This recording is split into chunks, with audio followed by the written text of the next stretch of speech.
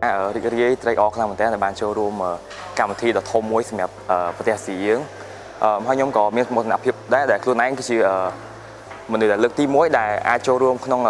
កីឡាដេលងាការប្រកួតកីឡាដេលងានៅលំដាប់អាស៊ីយើងសម្រាប់ប្រទេសចិនគឺគាត់បានរៀបចំល្អខ្លាំងមែនទែនសម្រាប់ពួកយើងដូចជាអត្តពលិកខ្មែរយើងហ្នឹងគាត់បានរៀបចំកន្លែងស្នាក់នៅម្ហូបអាហារគឺគ្រប់យ៉ាងគឺល្អឥតខ្ចោះមែនទែនសម្រាប់ស្វាគមន៍ពួកយើងបានបបិសោតផ្លាស់ប្ដូរបបិសោតជាមួយនឹងកីឡាករផ្សេងបានចូលរួមស្វែងយល់អំពីវប្បធម៌របស់ប្រទេសចិនសម្រាប់ខ្ញុំគិតថាប្រទេសចិនបានរៀបចំការប្រកួតកីឡានេះបានល្អណាស់ព្រោះការចងចាំបទពិសោធន៍ល្អខ្ញុំមានច្រើនណាស់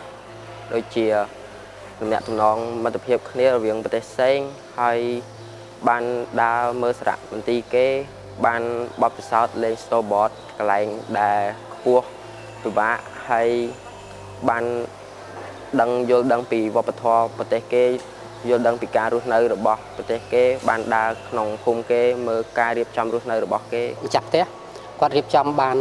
ល្អណាស់នៅក្នុងការរៀបចំព្រឹត្តិការណ៍កីឡារដូវរងាអាស៊ីលើកទី9ឆ្នាំ2025ហ្នឹង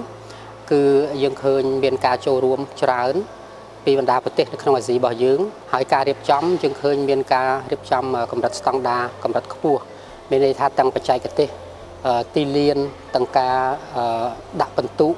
ទាំងរបៀបរបបនៃការសមទីលានមុនចូលរួមទៅដល់ថ្ងៃប្រកួតតតែម្ដងយើងឃើញថាមានការរៀបចំបាន